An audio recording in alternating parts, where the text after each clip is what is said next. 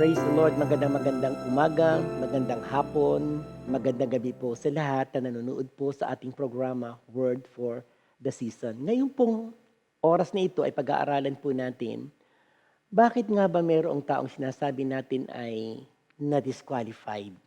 Kasi po sa Bible ay makikita po natin sa harap mismo ng ating Panginoon, sabi po ng Lord sa Matthew chapter 7, verse 21 to 24, ay makita po natin yung pangyayari doon na mismong ang ating Panginoon ay nagsalita na hindi lahat na nagsasabi ng Panginoon, Panginoon, take note, inulit po yung word.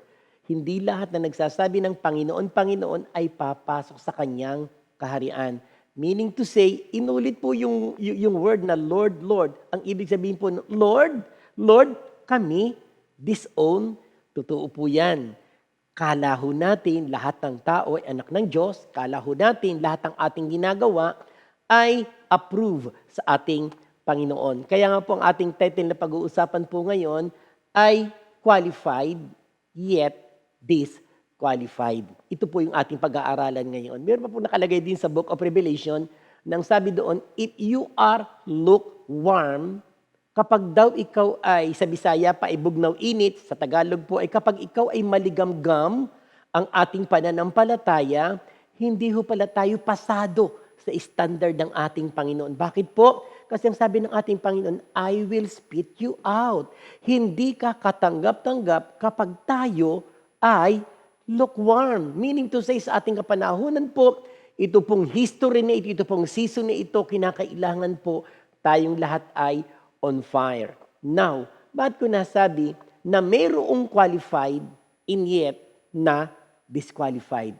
Ito po yung ating pag-aaralan sa ating exhortation. Ito po ay sa buhay ni King Saul. Marami pong nagsasabi na itong si King Saul ay no heart. Wala daw puso. No heart. Bakit nga ho ba siya no heart at bakit po siya tinatawag na disqualified king? Akala niya okay na siya, pero hindi po pala siya naging okay sa ating Panginoon. And I believe ang Diyos po ay makikipag-usap sa ating lahat habang tayo nakikinig at nag-aaral ng salita ng ating Panginoon. Tanong, Pastor, bakit na-disqualify itong si King Saul? Sino nga ba si King Saul? Si King Saul po, mga magulang, mga kapatid, ay first king ng Israel. Ang gusto po ng Diyos, siya yung king, kaya judge lang ang kanyang inilagay. Kaya lang dumating ang time ng mga Israelita ay tumingin sa kabi-kabilang kaharian at ang sabi nila, bakit doon? Bakit sa kabila meron silang king? Gusto rin namin kami ay magkaroon ng king. Bagamat aayaw ho ng Diyos, ay pinagbigyan ho ng Lord ang mga Israelita. At itong si King Saul ang inilagay ng ating Panginoon. At nakakatuwa po, nung una po na tinawag ng Lord si King Saul, siya po ay qualified. Alam niyo po kung bakit? Kasi po nung siya po ay i-recognize as king, hinahanap po siya, nagtatago siya. Ayaw niyang magpakilala, ayaw niyang ma-recognize. Ang ganda ho ng puso niya nung oras na yon. Ayaw niyang magyabang, ayaw niyang magsabi na, hoy, ako ang bagong hari. Hindi ho siya ganon, nagtatago pa siya. But, nung siya po ay nagtagumpay, nung siya'y nakaranas na ng mga blessing, nung siya'y nakaranas na ng mga pagpapala, nagbago ho yung puso niya. Kaya nga qualified, yet disqualified. May iniutos ang Lord sa kanya sa verse 2. Ito po ang sabi ng Lord sa 1 Samuel chapter 15 verse 2. Ang sabi po ng Bible ay ganito, thus say the Lord of hosts, I will punish Amalek for what he did to Israel, how he ambushed him on the way when he came up from Egypt. Anong sabi ng Lord? Ubusin, i-attack mo itong si Amalek o ang mga Amalekites sapagkat meron silang masamang ginawa. Ano po ang kanilang ginawa? Nung ang mga Israelita galing po dun sa Egypt, sila po papunta sa Promised Land, sila po ay inambus. Ibig sabihin, hinarangan sila, kinalaban ang mga Israelita. At dito po ay makikita natin na hindi pala maganda, hindi po talaga maganda na gagawa ka ng masama sa iyong kapwa. Lalong-lalo na kapag siya ay anak ng Diyos. Sapagkat ang sabi ng Lord dito, ulitin ko po, I will punish Amalek for what he did to Israel. How he ambushed him on the way when he came up from Egypt. Verse 3, now go and attack Amalek and utterly destroy all. Sabi po ng Bible, destroy all that they have and do not spare them. But kill both men and women. Patayin mong lahat ang men at saka women. Ubusin mo silang lahat. And to make the story short, alam po natin ang nangyari. Nag-disobey si King Saul. Ano po ang sabi ng verse 7? And Saul attacked the Amalekites from Habelah all the way to Shur, which is east of Egypt.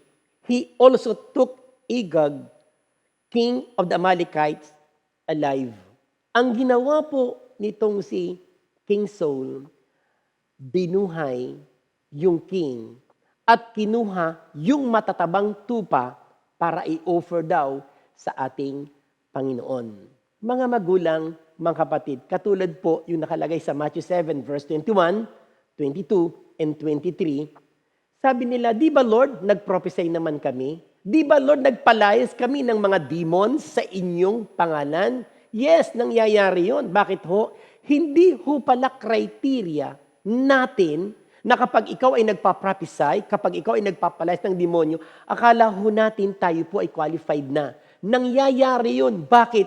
For what He did on the cross of Calvary. Pangalawa, dahil ginagamit nila ang pangalan ng ating Panginoon, ang mga demon spirit ay nag-aalisan. But, hindi ibig sabihin yun ay criteria para ikaw ay maging approve sa ating Panginoon. Para ikaw ay maging qualified sa ating Panginoon.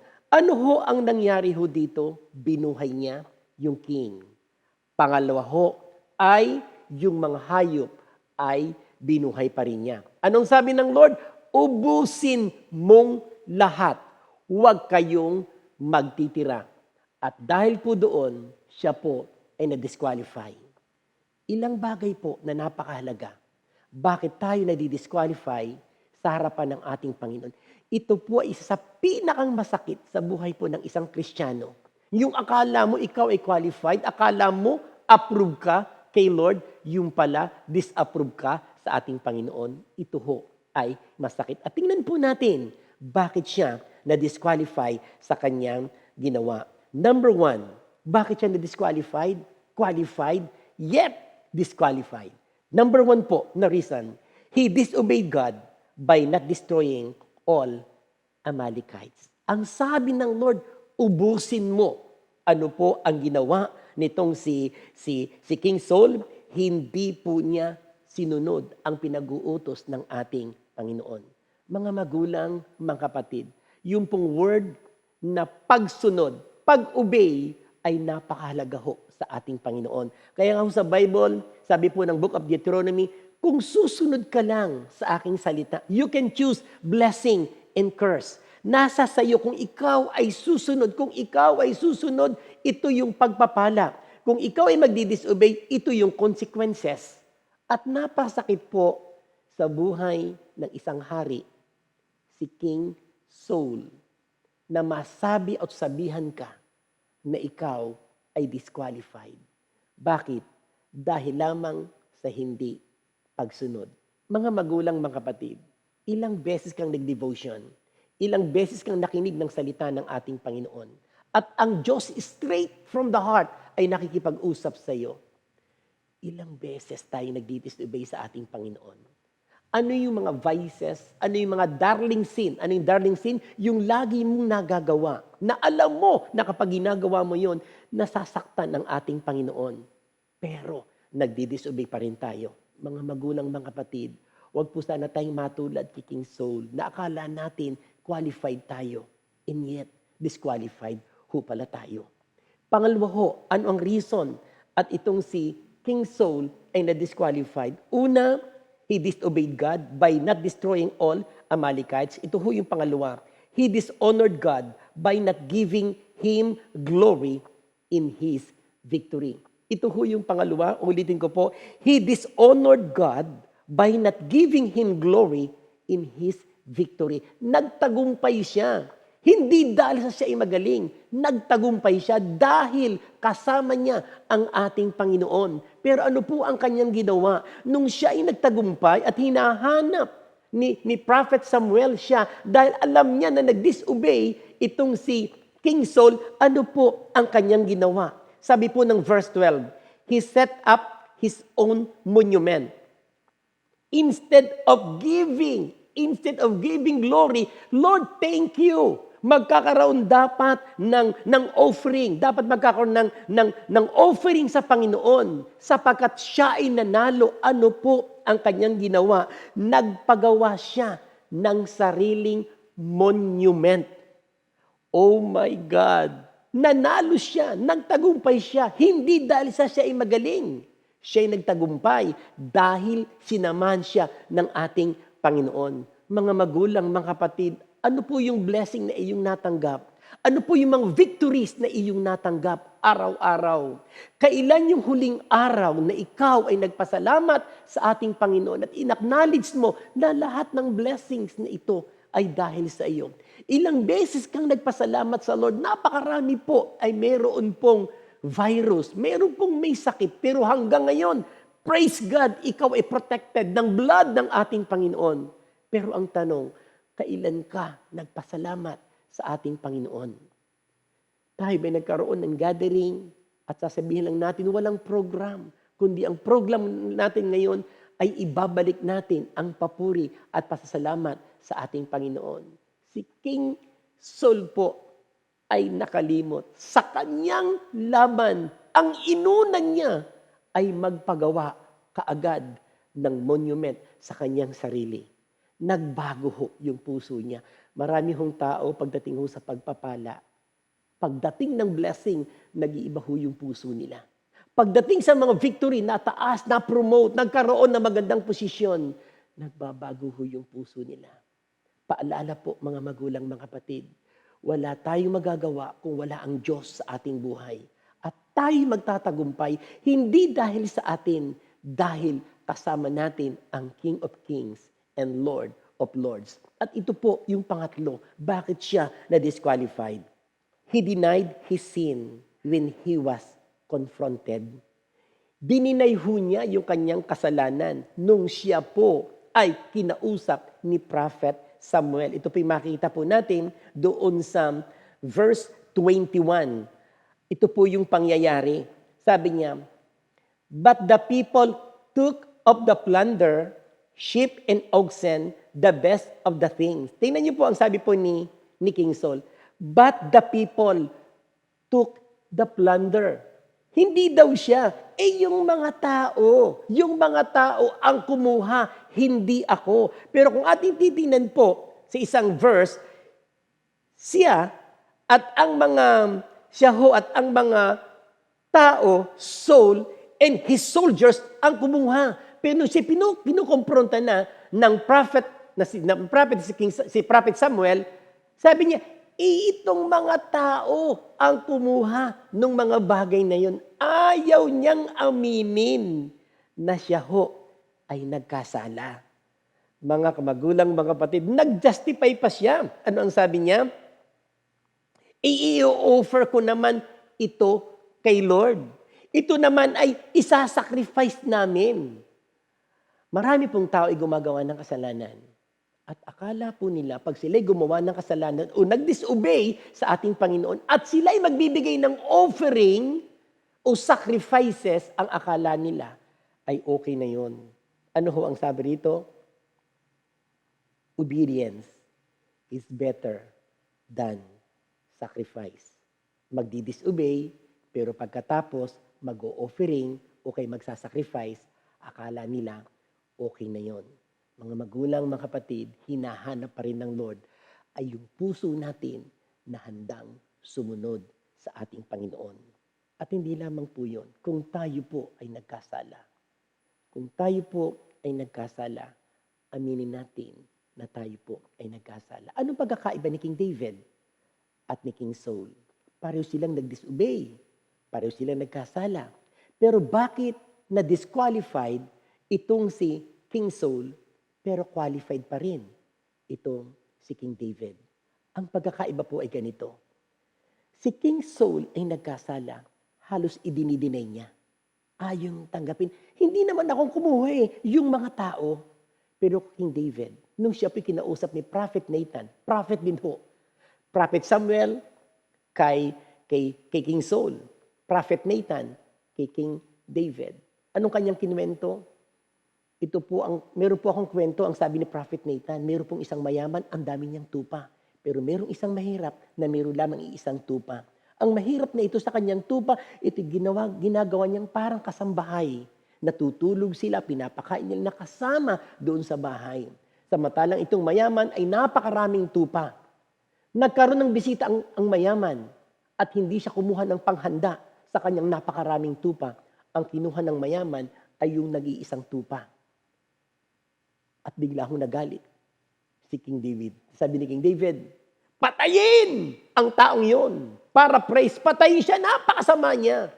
At ang sabi po ni Prophet Nathan, ikaw yon. Nung oras pong yun, inamin niya na siya ay nagkasala. Kaya sa Book of Psalm ay mayroon pong awit, create in me a clean heart. O God, inamin niya na siya ay nagkasala. Itong si King Saul, mga magulang, mga kapatid, idinidinay niya ang kanyang pagkakamali. Mga magulang, mga kapatid, gusto ba nating tayo ay ma-qualified? Kasi po ang sarap po nung tayo harap sa ating Panginoon at sasabihin ng ating Panginoon, welcome, thou good and faithful servant. And napakasarap pong salita yun. Ipo yung aking pong hinihintay na dumating ang araw na tayo harap sa ating Panginoon na i-welcome ka ng Lord. Come, you who are blessed. Kasi po yung iba, I do not know you. Get out of my sight. Sasabihin po ng ating Panginoon. Pero doon sa mga faithful, doon sa mga nag-endure, doon sa mga nagpatuloy na maglingkod sa ating Panginoon, ay sasabihin ng Lord, welcome, thou good and faithful servant. At sasabihin niya, enter, pumasok ka sa aking kaharian, prepared before the creation of this world. Wow! Merong inihanda ang Lord sa mga faithful. May inihanda ang Lord sa mga qualified. Before the creation of this world, meron ang inihanda ang ating Panginoon sa mga lalaki at babae na qualified, na sumusunod sa ating Panginoon. Mga magulang, mga kapatid, ang simpleng message pong ito ay magbigay ng paalala sa atin na dapat po ay maging qualified tayo. Makapasa po tayo sa standard ng ating Panginoon pagdating sa holiness, pagdating sa pagsunod, pagdating sa paglilingkod. Iba ho si King Saul. Inaangkin niya yung glory. Hindi pa siya sumusunod sa ating Panginoon. At pagdating sa kasalanan, ayaw niyang tanggapin na siya ay nagkasala. Mga magulang, mga kapatid, hayaan po natin na ngayon, sa oras na ito, ang simpleng message na ito ay paalala na ikaw at ako ay ma-qualified. Huwag po nating gagayahin ang ginawa ni King Saul na siya po ay qualified, yet disqualified. Masarap po, lalo po ngayon, ako po naniniwala sa message po ng ating pastor, Brother Eddie Villanueva, na talagang wala ho tayo sa last days. Wala tayo sa last hour. Tayo po ay nasa last minutes na. Ilang panahon na lang, babalik na ang ating Panginoon. Ang nangyayari pong ito sa new normal ay kakaiba.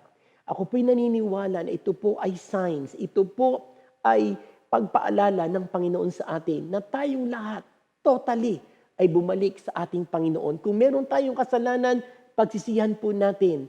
Ang napakaganda po sa ating Panginoon kapag lumapit ka sa Kanya, kalilimutan ng Lord ang ating mga kasalanan. Ang sabi ng Book of Isaiah, ang iyong kasalanan kapag ito man ay napakaitim, pag ikaw ay lumapit at nag-confess ng iyong kasalanan, ito ay biglang puputi na parang wala kang kasalanan at nalimutan ng Lord ang ating kasalanan. Kung tayo nagkukulang, kung tayo nagkakasala, tayo po'y bumalik lamang sa ating Panginoon at humingi ng tawad. At anuman ang pinagagawa ng Lord, anuman ang message ng Lord sa iyo, ikaw ay tinatawag ng Lord, maring life group leader, ikaw ay tinawag ng Lord na worship leader, tinawag ng Lord, anumang ministry ang pinagagawa ng Lord sa atin, mag-obey po tayo.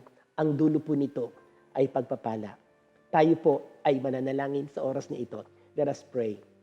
Aba naming Diyos na nasa langit, Marami pong salamat sa mga lalaki at babae na nakikinig ng salita ng Diyos sa oras na ito. I-bless niyo po ang lahat ng lalaki at babaeng nakikinig sa oras na ito. Anuman ang kanilang ginagawa ngayon, kinausap mo sila, maaring sila ay hindi umaamin sa kasalanan.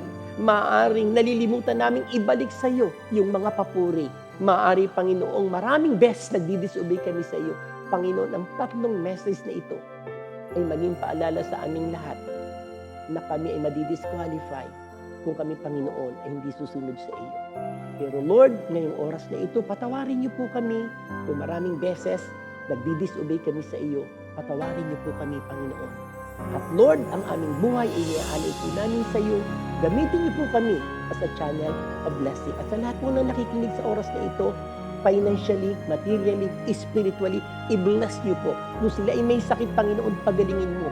I-cover mo kami, Panginoon, ng iyong precious blood at mag-pass over ang lahat ng virus, lahat ng plague, lahat ng spirit of poverty ay magpapass over sa sino mang covered ng iyong blood. Kaya Lord, lahat ng nanonood sa oras na ito ay pakabalutan mo ng iyong banal na dugo ang aming buhay, ang aming family, ang aming tahanan.